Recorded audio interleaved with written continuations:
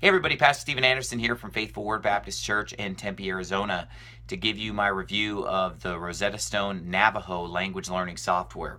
Now, this is not something that's available on the main Rosetta Stone website. You have to just Google Rosetta Stone Navajo and go to a special website called Navajo Renaissance, and that's where you can purchase the software. It's not available on their main website. It's a special edition as part of their Endangered Languages project. So the cool thing about that is that a lot of the photographs and images that you look at on the software were actually taken on the reservation. So they didn't just use the standard photos that they used for all the other Rosetta Stone languages. They took a lot of custom pictures on the reservation, and you also learn a lot of words and terms that are specific to the Navajo culture and stuff like that. So that makes it kind of neat to look at all the pictures of all the things on the Navajo reservation while you're learning. So that's pretty cool. So if you go on the website, it's $75 for a 1-year subscription to the online Rosetta Stone Navajo. Now you could just purchase the software, but it's over $200. So $75 is a lot cheaper. You get access for 1 year, and it's going to take you a lot less than a year to go through the program anyway. So I think that's the best option. Now, it's pretty easy for me to say that this software is the best program for learning Navajo, and that's simply because there's nothing else out there. So, it's the only game in town. There are very few apps or even books that teach you Navajo. Most of the books that I've looked at weren't very good. I signed up for a Navajo class here locally, and I got a couple I got a call a couple days before the class telling me that the class had been canceled due to lack of enrollment. So there aren't a lot of people interested in learning Navajo, so there are very few resources available. So the Rosetta Stone Navajo is a godsend because at least it's something that works that you can use to learn the language. So why am I learning Navajo? Well, for a long time I shied away from learning Navajo. Even though I love learning foreign languages as a hobby, I stayed away from Navajo for a couple reasons. Number one, because it's a dying language, and in 30, 40 years it's probably going to be completely gone. And number two, because I'd always been told how it's just so super hard, it's just impossible for a white person to learn it. You have to grow up with it. And those are kind of the two reasons why I haven't ever tried to tackle it before. But the reason I'm tackling it now is because we started a project of recording some hymns in Navajo. So I just wanted to learn how to pronounce the letters. I wasn't really trying to learn the language. I just wanted to learn all the pronunciation so that I could sing along on the Navajo hymn CD, which I did, and we finished that CD, and it came out great. But in the process of recording that CD, I started to pick up what some of the words meant, and I started to notice that the language wasn't really quite as hard as it was being made out to be. And also, I just kind of liked it. It just seemed like a really cool language. So I decided, hey, why not learn the language? And, I live here in Arizona. It's local to us. So it seemed like a great option. We've got some Navajos in our church, and God willing, hopefully we'll end up having a lot more Navajos in our church in the long run as we do a lot of soul winning on the Navajo Nation. So the other thing that I realized, besides the fact that it's not as hard as it's made out to be. Now, don't get me wrong, it's a hard language, but it's just not as impossible as people make it out. But the other thing that I thought about was the fact that, sure, it's a dying language, but you know what? I'm going to die too. I'm not going to live forever. So if this language is dead in 30, 40, 50 years, well, I'm going to be dead in 30, 40, 50 years, so I might as well enjoy it until then and speak it until then. And people my age on the reservation, they seem to speak Navajo. My age seems to be the cutoff. The people that are younger than me, most of them don't speak it hardly at all. People that are my age and above tend to speak Navajo. Most people my age speak both languages, Navajo and English. The only people you run into on the reservation that really speak no English are the very elderly. So people that are my age speak both. Young people only speak English. Old people only speak Navajo. That's how it plays out a lot of times in my experience.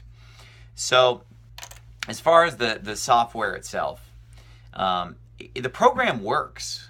There's no question about that. I cranked through it over the course of a few months, and I reached the end of the program, and I learned a ton. I was really happy with my progress and what the software taught me.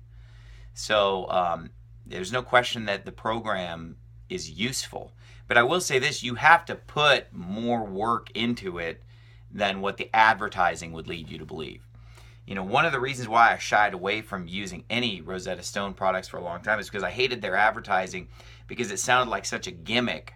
The way they would say, no boring drills, no useless memorization, learn it the same way you learned your first language, and blah, blah, blah.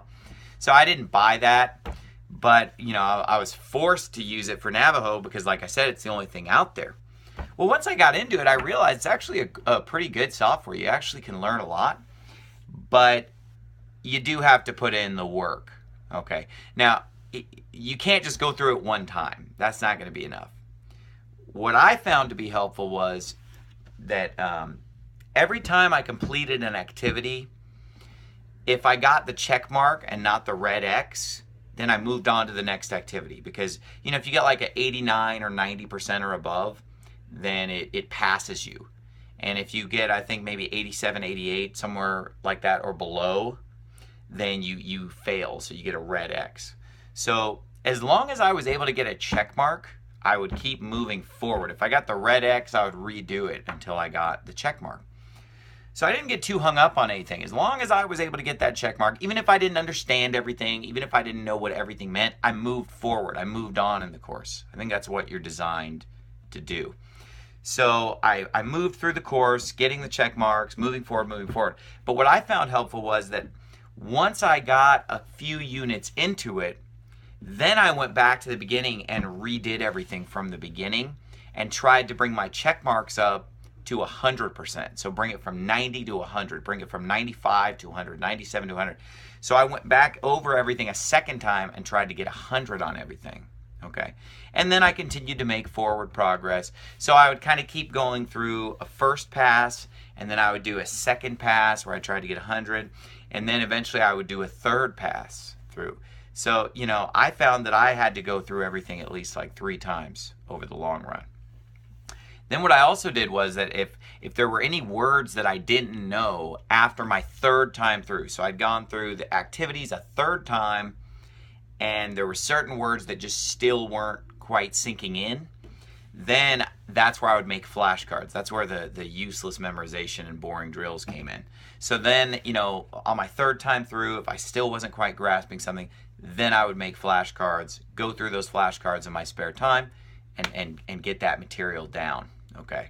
So using that method of going through it a few times and then eventually making flashcards for the really hard stuff, you know, I was able to learn a lot. I was able to gain a lot from this software, so I think it's great. Now let me give you a few tips if you end up doing the Rosetta Stone Navajo software. Okay, one mistake I was making for a long time was when you talk, because this is an interactive thing, you need like a headset or at least some kind of a microphone. There's a little tone that tells you when to talk. So it goes like beep, and then you say whatever you're supposed to say in Navajo. Well, what I found was that, you know, it kept telling me that I was saying it wrong, and I knew I was saying it right. And I was kind of like, man, what's the deal?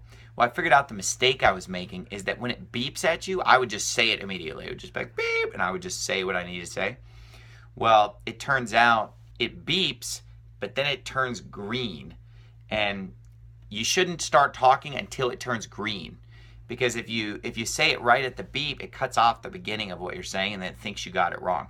So once I figured that out, then the speaking went a lot better for me. Once I figured out, hey, wait till it turns green and then say the phrase. So that was one tip that I learned. And then that's about it. I mean, that's my basic thoughts on it. Now, as far as Rosetta Stone in general, I've never really done a different language in Rosetta Stone. I've dabbled with them, I've experimented with them, but I didn't really go deep into it like I did with Navajo. The software is good, it works, you learn a lot, but I will say this, the downside of it is that you're at a computer. So, you know, it takes an investment of time to just sit down at a computer. You can't really multitask because you're strapped to the computer. Now, I know on other languages, I think there's a mobile version where you can do it on your phone. And I think that would be a lot better for someone like me who's busy, who's going places and on the go a lot. I'm pretty sure the other languages have that option available. But with the Navajo, unfortunately, it's a desktop only thing, so you're kind of strapped to the computer. That was the part I struggled with, because I like to multitask while I'm walking or running or riding in a car or something like that. So this was a little bit less portable than I would have liked. But yeah, it's a great software. If you've used it, let me know in the comments what your thoughts are on the Rosetta Stone Navajo, and if you've had success with it. It only has 2 levels, unfortunately. I guess the big languages on Rosetta Stone, they have 5 levels, so you can go further. Whereas the Rosetta Stone Navajo, there's only 2 levels. So unfortunately, I've expended that resource because I finished level 2. So now I'm a little bit struggling where to go next in my Navajo studies. So the good news about the software is that you learn a lot, and it's very effective, but it doesn't teach you everything. And it only takes you up to level 2. And there's no level 3 in sight. They were talking about back in 2010 how we're going to get level 3 together, but that has completely fizzled out. I don't believe that there's ever going to be a level 3 for this. So then the question becomes, where do you go next with your studies? There's no more worlds to conquer. So what I'm doing personally is, I'm continuing to take trips to the reservation every month. And I'm continuing to do my local Navajo meetup group here on meetup.com. But then also there's a channel on YouTube called Daybreak Warrior. And that guy's got some pretty good lessons on learning Navajo. And so what I'm planning on doing now is just going through his videos one by one and learning everything that he has to teach. So between practicing with people at church, taking trips to the res, doing my Navajo meetup group, and then plowing through Daybreak Warriors videos, I think I'm going to be able to continue learning the language and hopefully succeed, God willing. Anyway, I hope this video is helpful to you if you're interested in learning Navajo. And a lot of people just would scoff at learning Navajo, like, what's the point? But it's actually a really cool language. It's really interesting, and you can talk to people on the reservation in their own native language, which is pretty cool. And even if they still speak English, it's still cool to be able to talk to them in their language also. And the elderly can often only be spoken to in Navajo. If you don't live in Arizona, obviously there'd be no point to learning it. But for people who live in Arizona, there's a lot of Navajos in the Phoenix area and throughout the state. So I personally think it's worth learning, and I'm hoping to take it all the way to the finish line and learn the whole language, but we'll see how I do. God bless you. Have a great day. Main website. It's a special edition as part of their Endangered Languages project. So the cool thing about that is that a lot of the photographs and images that you look at on the software were actually taken on the reservation. So they didn't just use the standard photos that they used for all the other Rosetta Stone languages. They took a lot of custom pictures on the reservation. So, it's the only game in town. There are very few apps or even books that teach you Navajo. Most of the books that I've looked at weren't very good. I signed up for a Navajo class here locally, and I got a couple I got a call a couple days before the class telling me that the class had been canceled due to lack of enrollment. Hey everybody, Pastor Stephen Anderson here from Faithful Word Baptist Church in Tempe, Arizona, to give you my review of the Rosetta Stone Navajo language learning software. Now, this is not something that's available on the main Rosetta Stone website.